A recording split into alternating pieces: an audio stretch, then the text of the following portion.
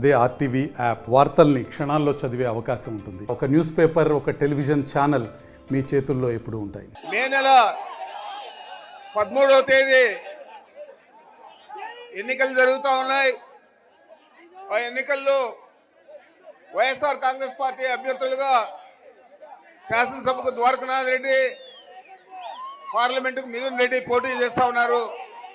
మరి వారిని మనం గెలిపించుకోవాలని ఇక్కడ సమావేశమయ్యాం. దయచేసి అధికారంలోకి వచ్చాడు. ఇంకొక అతనేమో రాజశేఖర రెడ్డి కుటుంబానికి ద్రోహం చేసి ముఖ్యమంత్రి అయ్యాడు.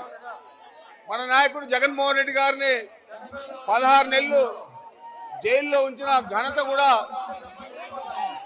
తర్వాత ఏ రోజైనా ఈ ప్రాంతంలో వచ్చి కిరణ్ కుమార్ కనబడినాడా? పదవిలో ఉన్నప్పుడు ఏమైనా కాంగ్రెస్ పార్టీ నుంచి చెప్పులు గుర్తుకుపోయాడు, చెప్పులు మెడకేసుకొని పోటీలు చేయించాడు. రాష్ట్రం అంతా ఎక్కడా డిపాజిట్ కూడా రాలేదు. మరి ఈరోజు బీజేపీలో చేరి తిరిగి మళ్ళా మన ముందుకు వస్తూ ఉన్నాడు. ఈ రాష్ట్రంలో ఇద్దరు కూడా వెన్నుపోటుదారులే. ఈ కిరణ్ కుమార్ రెడ్డి వల్ల ఈ రాష్ట్రం విడిపోయేదే కాకుండా మోసకారిగా నేను విడిపోయేదానికి సహకరించనని చెప్పి ఢిల్లీలో పోయి నేను ఈ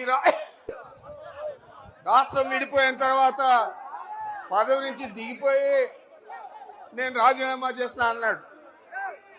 ఇంత మోసపూరితంగా మన రాష్ట్రాన్ని విడగొట్టి మన కనీసం రాజధాని కూడా లేకుండా చేసిన గనుడు కిరణ్ కుమార్ రెడ్డి.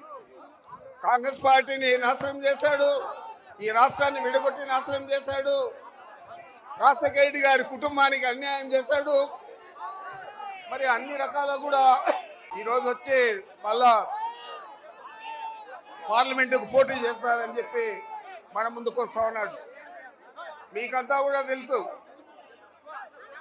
కేవలం ద్వారకనాథ్ రెడ్డి శాసనసభ్యుడైన తర్వాతే మన తమ్మలపల్లి ప్రాంతంలో అన్ని రకాల కూడా అభివృద్ధి చేసుకోగలిగాం. అదే రకంగా ఇందాక మీ పార్లమెంట్ సభ్యుడు చెప్పినట్లు రాబోయే 2 సంవత్సరాల్లో ప్రతి ఇంటికి కూడా కుళాయి ద్వారా నీళ్ళు ఇస్తాం. ఏదైనా అభివృద్ధి జరిగిందంటే ఈ 5 సంవత్సరాల్లోనే మన తంబలపల్లి నియోజకవర్గంలో జరిగిందనేది మీరందరూ కూడా గ్రహించాలని చెప్పి మీ అందరికీ కూడా మనవి చేస్తూ ఉన్నాను. రాబోయే 5 సంవత్సరాల్లో సాగునీరు, తాగునీరు, ఇంకా ఏదైనా కొదవండే అభివృద్ధి పనులన్నీ కూడా పూర్తి చేస్తామని చెప్పి కూడా మీకు మనవి చేస్తూ ఉన్నాను. ఈ ప్రాంతానికి జగన్మోహన్ రెడ్డి గారు గుర్తించి ఇక్కడ అంతా కూడా అభివృద్ధి లేదు, వెనుకబడి ఉంది ఈ ప్రాంతం అంతా అని చెప్పి మనకు ఈ పరమట తాలూకాలకు 3 రిజర్వాయర్లు మంజూరు చేస్తే ఒకటి మనం ముదివేడు దగ్గర కడుతూ ఉన్నాం. ఆ రిజర్వాయర్ కూడా పూర్తయ్యే సమయంలో చంద్రబాబు చొరవతో సుప్రీంకోర్టు దాకా పోయి స్టే తెచ్చి పని నిలపడం జరిగింది. ఎన్నికలైన తర్వాత తప్పకుండా ఆ కేసును ప్రభుత్వం గెలుస్తుంది. మనం ముదివేడు రిజర్వాయర్ కూడా పూర్తి చేసి అందిన నీళ్ళతో నింపుతామని కూడా మీకు మనవి చేస్తా ఉన్నాను. అన్ని రకాల అభివృద్ధి చేస్తాం. అన్ని రకాల అభివృద్ధి చేసేదే కాకుండా ఈరోజు బీజేపీ కానీ, జనసేన కానీ,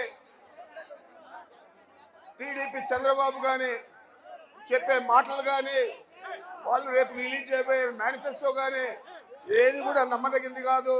2014లో ఏ విధంగా మనకు మోసం చేశాడో చంద్రబాబు, 600 హామీలు ఇచ్చి 100 పేజీల మేనిఫెస్టో పెట్టి ఏది కూడా అమలు చేయలేదు.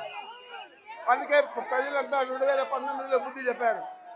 ఈరోజు మనం 2019 నుంచి 24 దాకా చూస్తే జగన్మోహన్ రెడ్డి గారు ఏదైతే చెప్పాడో మేనిఫెస్టోలో అవన్నీ అమలు చేసి ఈరోజు మళ్ళీ మనకి మోసపూరితంగా హామీలు ఇచ్చి అధికారంలోకి వచ్చి ఏది కూడా అమలు చేయలేదు. రేపు కూడా అదే జరుగుతుంది. దయచేసి మోసపోకండి, నమ్మకండి. చంద్రబాబు మాటలు మనకి ఏదైతే జగన్మోహన్ రెడ్డి గారు చెప్తాడో అవన్నీ కూడా చేస్తాడు. ఈరోజు రాష్ట్రంలో జరుగుతున్న సంక్షేమం కానీ, అభివృద్ధి కానీ పూర్తి స్థాయిలో జరగాలంటే తిరిగి జగన్మోహన్ రెడ్డి గారే ముఖ్యమంత్రి కావాలా, లేకపోతే ఇవన్నీ కూడా కొనసాగవని కూడా మీకు మనవి చేస్తా ఉన్నాను. దయచేసి ఎవరు కూడా మోసపోకుండా జగన్మోహన్ రెడ్డి గారిని ఆదరిద్దాం. మరి ఇక్కడ ద్వారకనాథ్ రెడ్డి శాసనసభ్యుడిగా గెలిపిస్తే, అక్కడ మెజారిటీ శాసనసభ్యులు వస్తే మళ్ళీ తిరిగి ముఖ్యమంత్రి అవుతాడు. మన పార్లమెంట్ సభ్యుడు మళ్ళా తిరిగి గెలిస్తే ఢిల్లీ నుంచి మన రోడ్లు కానీ అభివృద్ధి కార్యక్రమాలు కానీ అన్ని కూడా తీసుకొచ్చే పరిస్థితి ఉంటుంది. దయచేసి వీళ్ళిద్దరిని కూడా అత్యధిక మెజారిటీతో గెలిపించాలని చెప్పి మిమ్మల్ని అందరినీ కోరుకుంటూ. నమస్తే అండి. ఇది వ్యాపారం గురించి కాదు, ఓటు గురించి. ఎన్నికల్లో ఓటు వేయడం మన హక్కు మాత్రమే కాదు, కర్తవ్యం. ఎంతో మంది మహా నేతలు శ్రమించి ప్రాణత్యాగం చేసి ఈ అవకాశాన్ని మనకిప్పించారు. అందరూ ఓటు వేద్దాం. ఎందుకంటే ఓటు హక్కు ఊరికే రాదు. నా ఓటు ఎవరికో తెలుసా? అది సీక్రెట్ అండి.